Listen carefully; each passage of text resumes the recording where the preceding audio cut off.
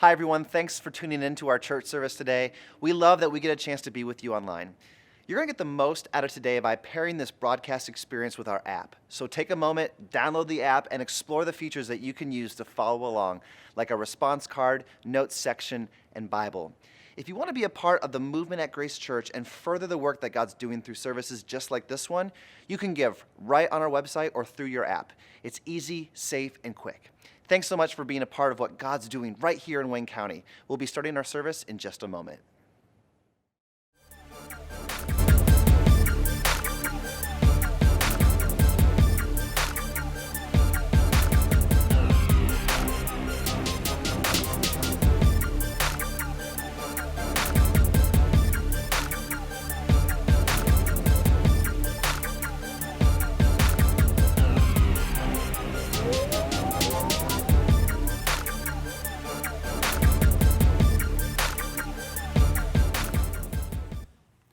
Well, good morning, everyone, and Happy New Year to you. Good to be with you. Hope you had a great time with family and friends and those you love over the holidays. Welcome back. And today we're beginning a brand new series called Ditch the Lid, and we're talking about those things that will help us break through the barriers that might be stunning our growth, to prepare ourselves for the more that God might have in store. Well, back in the dark ages when Julie and I were having kids, Our first one, Stephanie, I was in the room, new dad, and what shocked me was how fast everything happened. I mean, after she was born, it was like they took her and they wiped her down, they stretched her out, they put her in this cold stainless steel pan. She's screaming her lungs out and getting her length and her weight measurements. And that was kind of the baseline. And then every time we took her to the doctor, guess what the doctor did? Took her weight, took her measurement, her length until she started standing, and then her height. Because why? Growth is an indicator of health.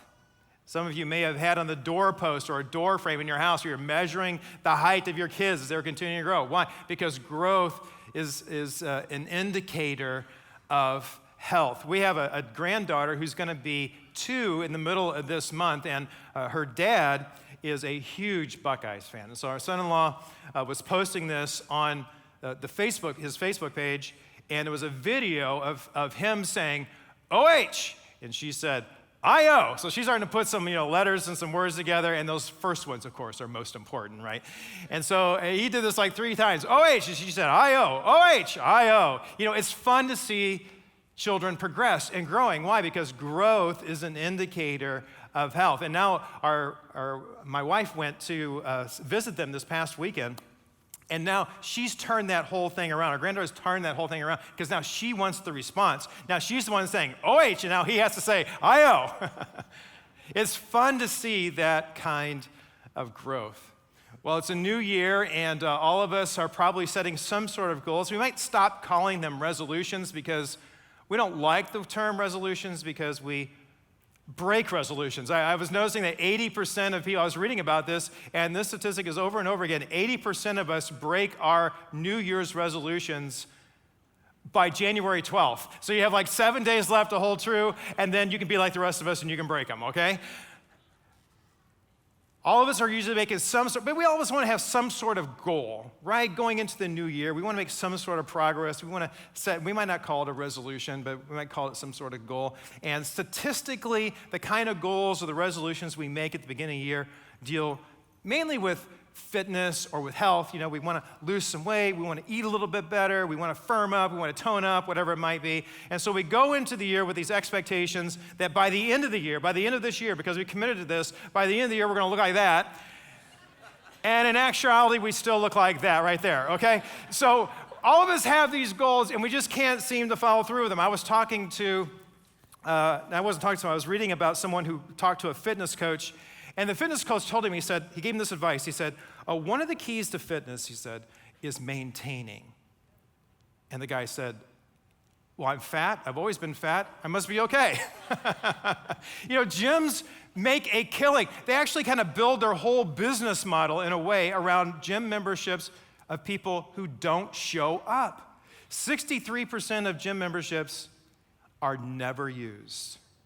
they're never used. You might have a piece of exercise equipment in your home, in your bedroom, in your spare bedroom, in your basement, whatever, that's used better as a clothes hanger than it is a piece of fitness equipment. What is it that keeps us from following through? Why don't we do this? It was several years ago, I was at a pastor's prayer breakfast, and there was a group of people who agreed to pray for the members of the staff and the ministries of the church. And the guy who was leading the group looked at me, and he asked me this question. I wasn't caught off guard by it, but it was just a question. He said, so Dave, how are you doing? And in a moment of transparency, I said, I can't do one more thing. There's not one more thing that I can do. I can't add one more thing to my plate. And I tried saying something else, and I tried saying the same thing different ways, but what kept coming out is, I can't do one more thing. I just can't, how am I doing? I can't do one more thing. And it was kind of embarrassing, and it was kind of discouraging at the same time, because I had never been to that point before. I had never gotten to the point where I couldn't do one more thing. I had never gotten to the point where I couldn't handle yet another responsibility if it needed to be done. I'd never reached the max of my capacity before. And I left that time thinking, man, I got to figure this out. I got to figure out how to increase my capacity. How do I break through this barrier? Breaking through barriers is a necessary part of growth, no matter who you are. You know, it's an unfortunate fact. All of us are growing older. We all know that. That's how all of us are growing older, but not all of us are growing up. Many of us are still stagnant.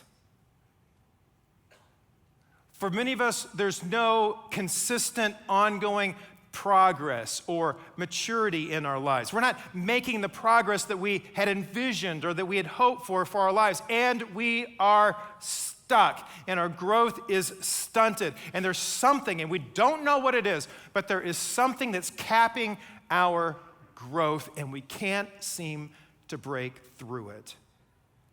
Some of us are stuck in the same unhealthy, unproductive patterns that have held us back in particular areas of our lives for years.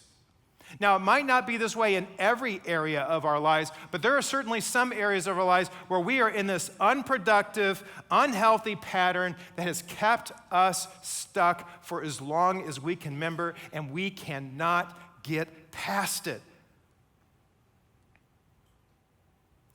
Pick the area of your life. It might be your marriage. It might be other relationships. It might be finances. It might be your health. But for some reason, you can't figure it out, but for some reason, you're stuck. You might feel that way about your faith. And that's kind of where we're going to be focusing in on today, because really our faith impacts every aspect of our lives. And you might be someone who yearns for more spiritual growth. You long for it. And you might be even that you feel a little guilty when you come to church. You enjoy coming. You enjoy the experience. You enjoy the worship service. You enjoy the interaction with people. You might enjoy the messages. You just might enjoy your time here. But all the time, either before you come or after you've been here or while you're here, you might be occasionally having this thought, man, I'm enjoying this, but there's got to be more. There's got to be more that I should be experiencing. There must be something else. There's something that I'm missing, that I'm longing for. And yet you're still stuck, and you don't know why.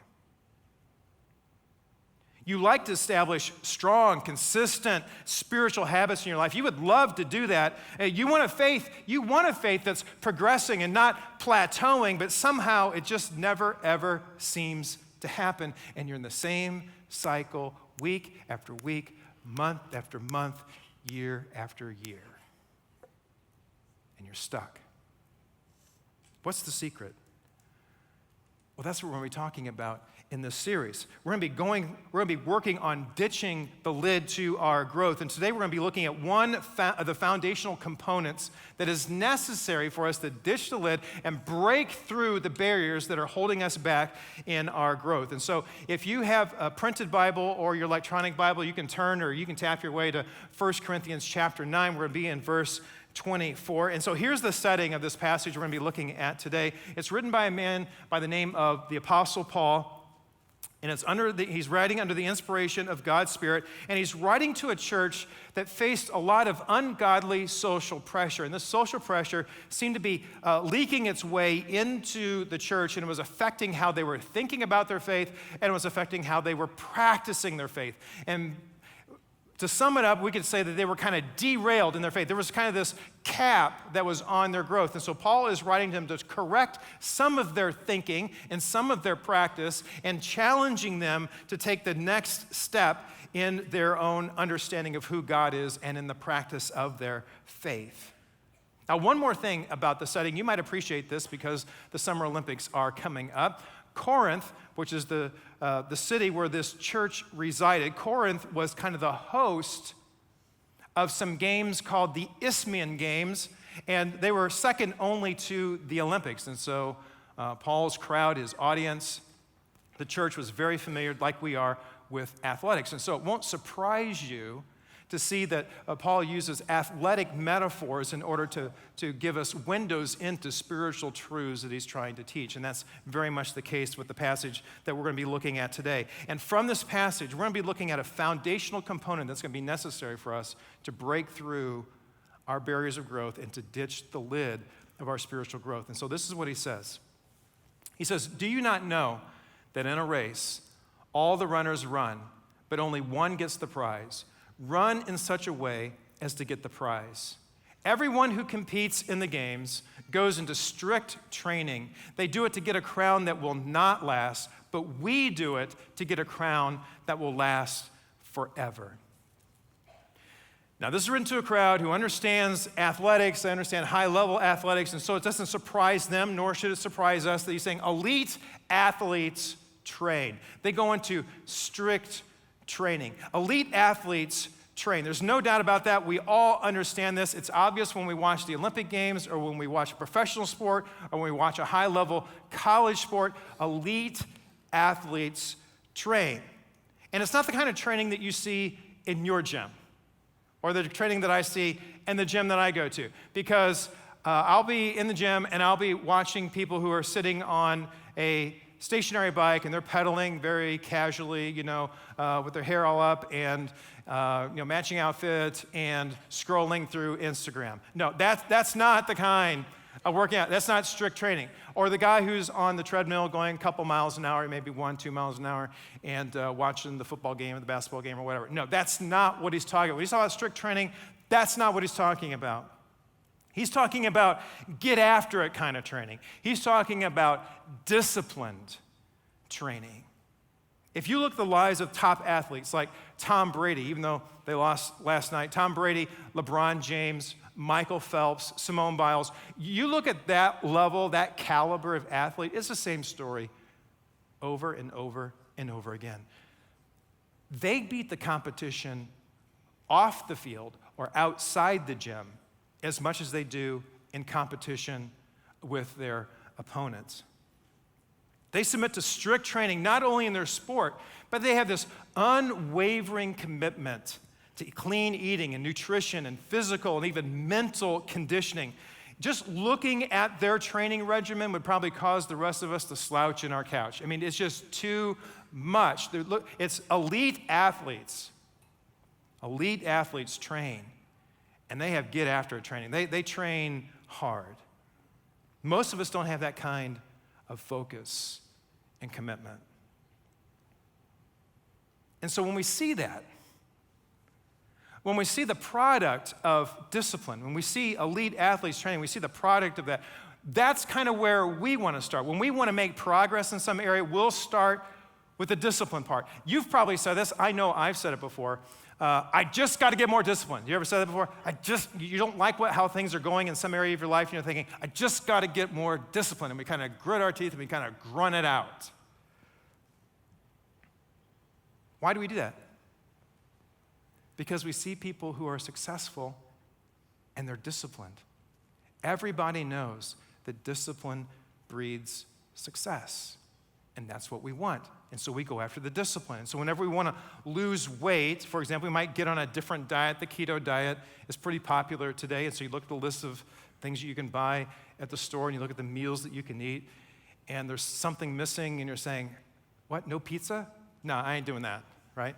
Or you want to get in shape, you want to firm up, you want to get a little more fit, and so you come up with this training regimen that you're going to do in the gym, and it's 6 days a week, 2 hours a night, and you're thinking, but I'd have to miss The Mandalorian.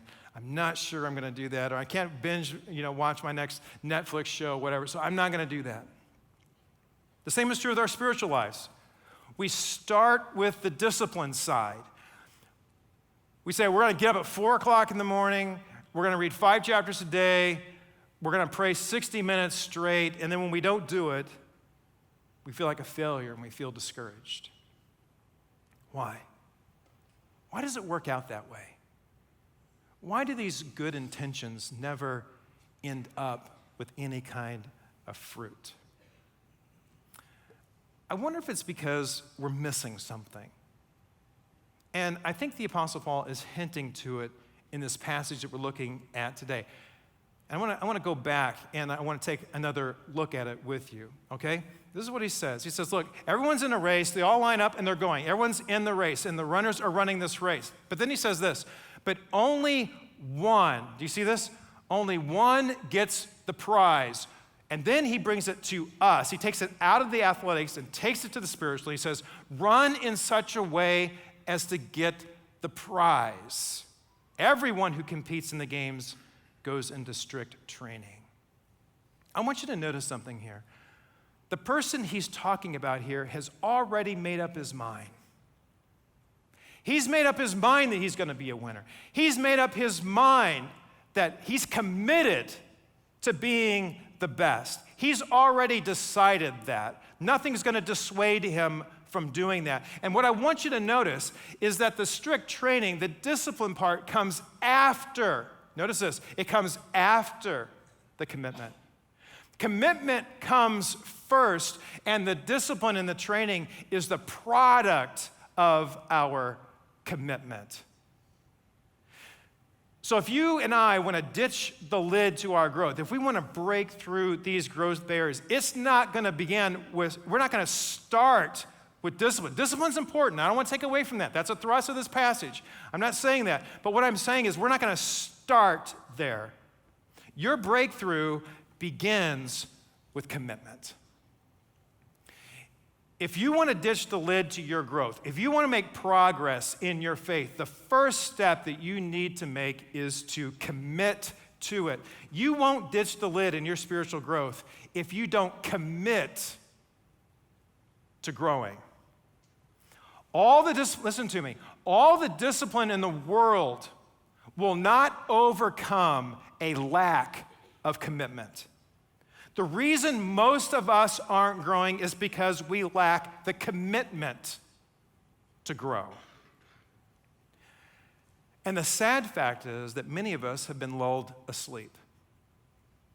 If you're a follower of Jesus Christ, you can probably point back to some time in your life when you experienced a lot of growth. It may have been shortly after you gave your life to Jesus and began a relationship with him. It may have been a little bit later. It may have been even relatively recently.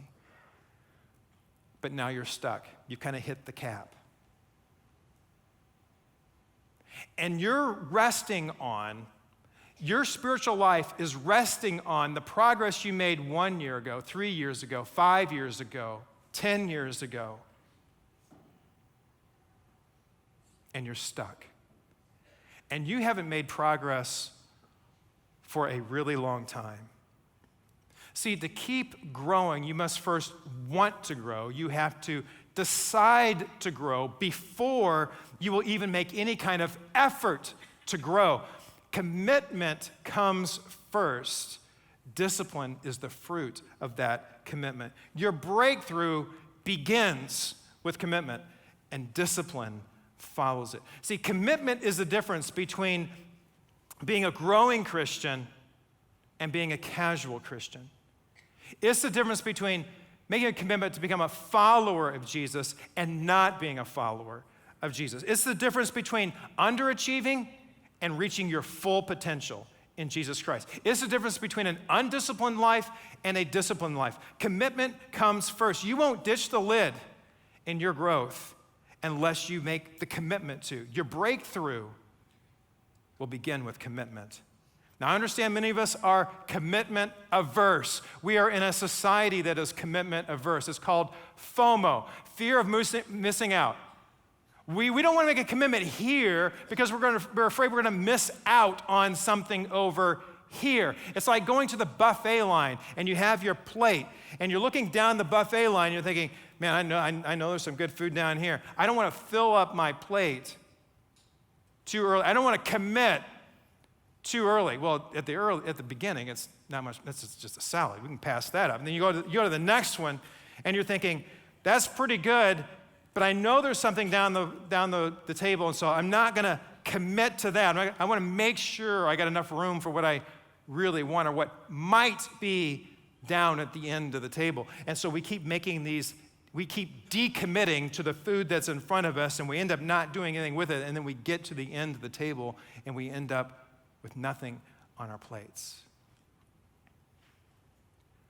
That's the way a lot of us are with our lives and with our spiritual lives. We are afraid to make a commitment because we're afraid we're going to miss out on something else. And so we get where we are now, or we get at the end of our life, and we realize we've just been drifting. And there's been a lid that has capped our growth, and it's related to our commitment. But in some ways, commitment itself isn't the issue. Commitment per se really isn't the issue for most of us because we do make commitments, don't we? I mean, you have to commit to buying a house before you can buy a house. You have to commit to be married before you are married. What are the things you have to commit to?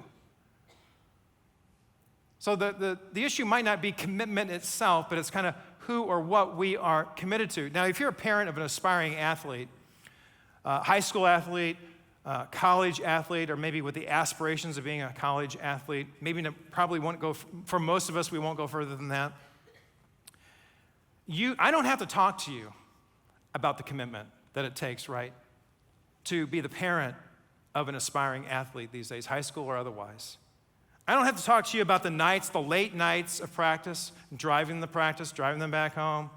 I don't have to talk to you about the early mornings where you have to get up and you have to go to practice or whatever the case might be. I don't have to talk to you about the weekend commitment. I mean, the weekend commitment of going to all the tournaments and the commitment of the financial commitment of lodging and food and travel and equipment and league fees and all that kind of stuff. I don't have to talk to you about that kind of commitment because we all know that is there, and we make that decision like that. Of course we're doing that. We don't even blink an eye. Yep, we're doing that.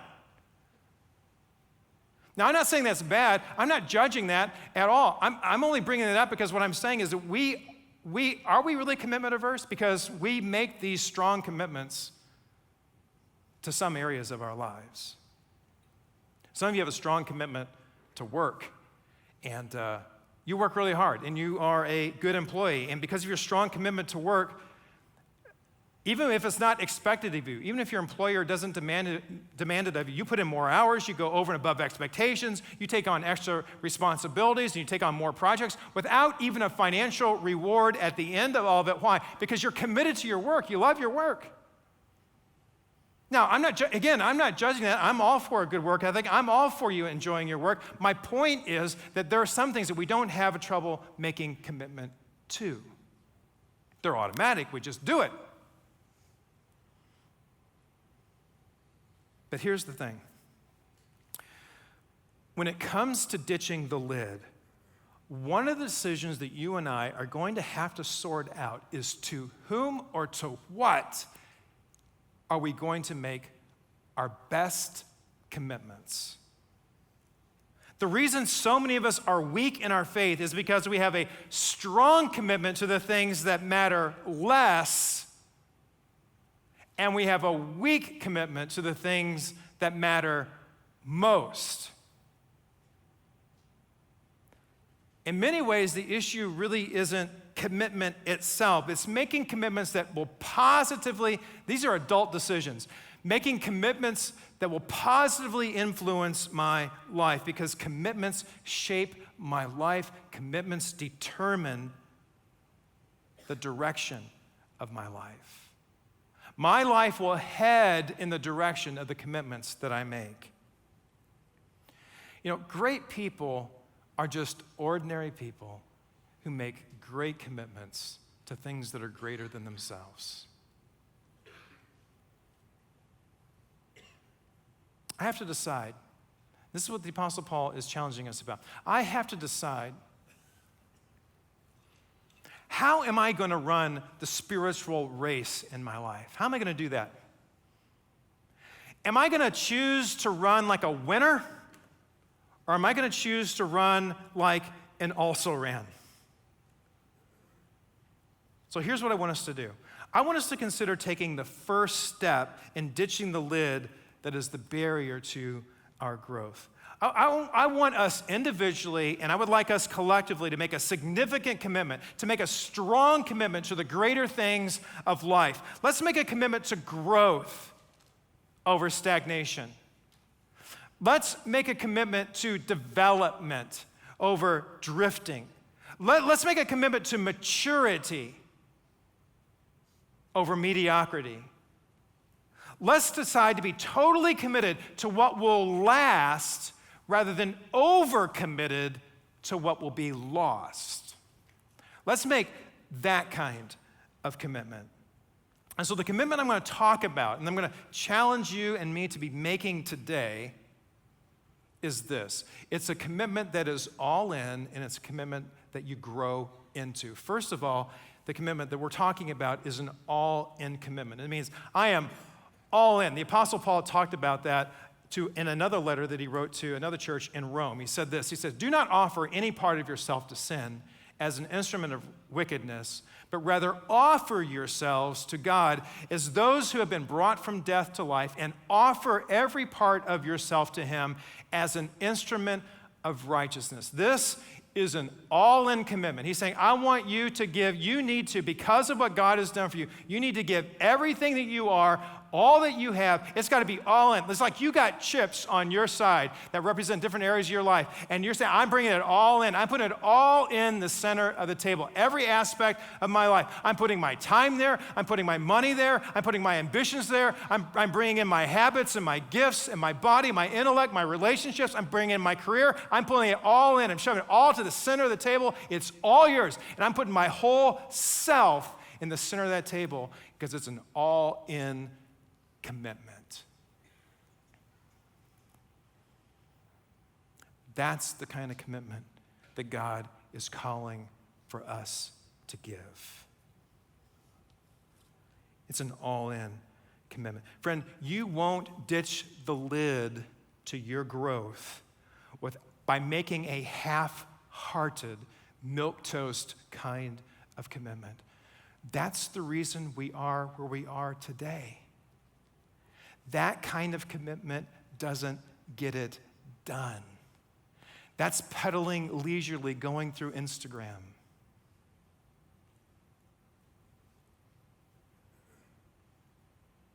We need an all-in commitment. If you want to ditch, if you're serious about ditching the lid to your growth, and you want to make progress in your growth, and you want everything that, the more that God has in store for you, it's going to require an all-in commitment. There's a second aspect of this commitment. It's not only an all-in commitment, but it's a grow into commitment. Do you realize that we grow into every commitment? Every commitment we make, we grow into it. Michael Phelps, at 8 years old, committed to being an Olympic athlete. I saw the whiteboard where he wrote down for his goals as a swimmer at 8 years old, Olympic athlete. There was right on the board. Now, he wasn't an Olympic athlete at 8, but it was the power of that commitment that brought the discipline into his life to achieve the goal that he had set out to do. There's power in that commitment. If you're married, It's your commitment to your marriage and to your spouse that causes you to grow as a loving and caring spouse. If you're not committed to your marriage and you're not committed to your spouse, you will feel no ambition at all to grow. Commitment is something we grow into. If you're a parent, chances are you committed to being a parent before you felt competent to be a parent. I mean, before you were a parent, did you ever dream of waking up 2 or 3 times at night with a screaming kid? You never did, but you grew into it, right? Did you ever dream of having, spit up on the front of your shirt or on your shoulder and going into public? No, you didn't. But as a parent, you grew into that. You may have smelled poopy diapers before, but you never smelled for a poopy diaper before until you were a parent, right? Why? Because you're growing into the commitment and the responsibility of what it takes to parent your child. Commitment is always something you grow into. You make a commitment and then you grow into it. The power of that commitment gives you the discipline to follow through with it. We commit to the next step that we need to be taking in our growth, and then the power of that commitment allows us to grow into that responsibility. It was about 30 years ago. Yeah, it was that long ago. 30 years ago that Julie and I walked into the doors of this church. And we were followers of Jesus Christ. We were faithful followers of Jesus Christ. There's no doubt in my mind about that. But we weren't where we needed to be spiritually. And it was shortly after we got here that someone challenged us to an all-in, grow into kind of commitment. And we made that commitment. And our lives looked different. The priorities of our lives looked different. The commitments, the future commitments of our lives looked different. The whole direction of our life changed because we made this all-in, grow into kind of commitment, and we've been making progress in our faith ever since. Why? Because we're growing into, by God's grace, we're growing into that commitment. It's an all-in, grow into commitment. There's a big difference. And here, let me say this. I want that for you. What Julie and I have experienced because of an all-in, grow into commitment, I want that for you. I want you to experience that. I want you to understand the benefit of that, not just for yourself, but everyone around you.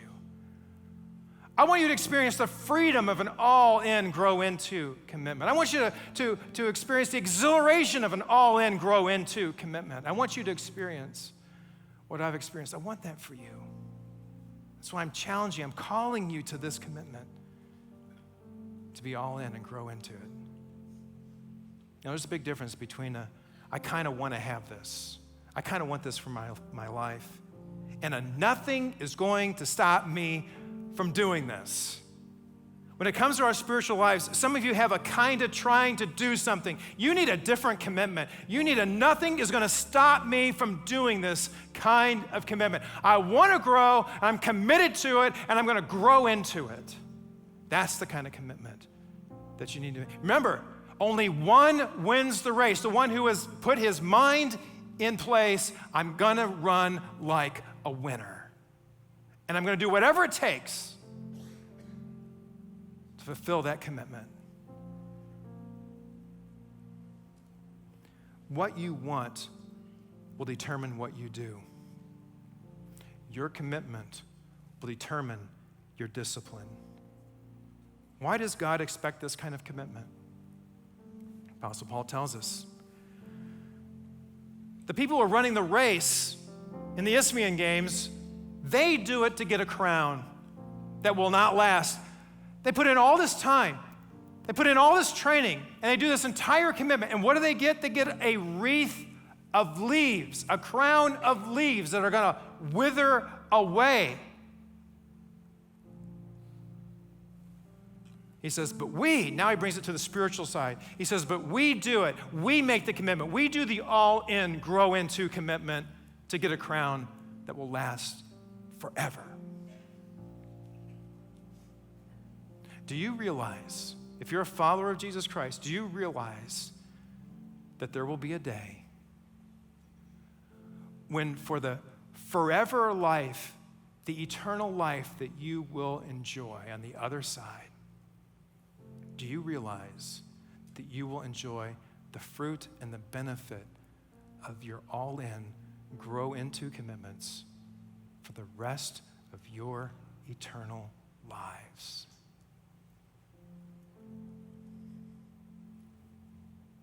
So inside your worship program is this card. If you would all do me a favor and pull out this card. I want you to turn to this side. This side. It says, my all-in spiritual growth commitment. I'm going to read it for you, and you can just follow along. This is what it says. Today, I'm making an all-in commitment. I commit my whole self to God, my time, my money, my ambitions, my habits, my gifts, my abilities, my body, my intellect, my relationships, my career. This is an all-in commitment. I'm putting it all on the table. And I realize this commitment is something I must grow into. As a result, I will consistently pursue next steps in my progress toward full devotion to Jesus Christ. I want you to sign that card. If you're a follower of Jesus Christ, I want you to sign that card because I want you to experience what I experienced. Now, if you don't want to do it, if you're not sincere about it, don't sign the card. But if this is something you want, if you want the fruit of this, sign the card. And I and others on our staff will be praying for you. That you stay faithful, take the next step, that the discipline that follows this commitment will bring out fruit in your life. And we're going to collect these cards at the end of the service. Now, some of you are stuck because you've never gotten started.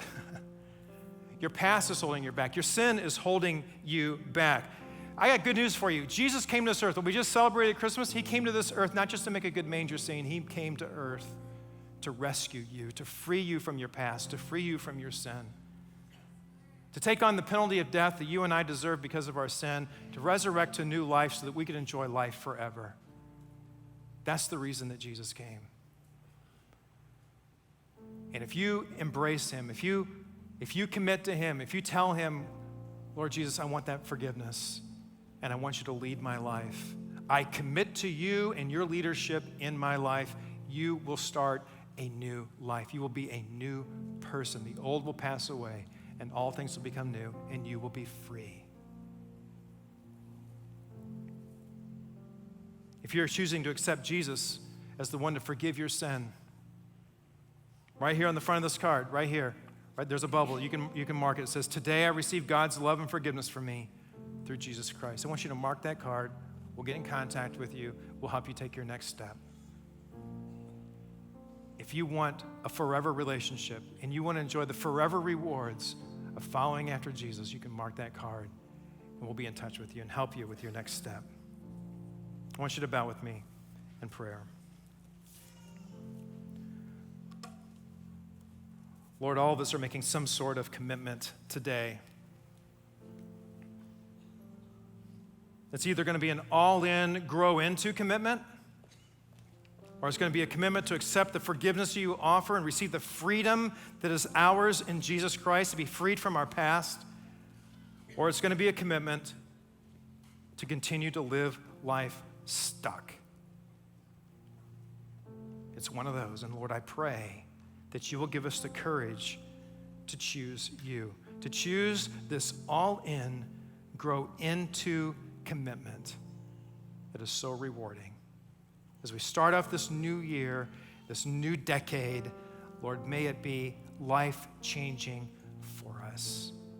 In Jesus' name, amen. Thanks for watching with us today. We hope it's been helpful and motivating to live the life God created you to have. Share with us your next step through your app, or use the app to ask questions or share a prayer request. You're always invited to join us on our campus for weekend services. Until next Sunday, though, have a great week.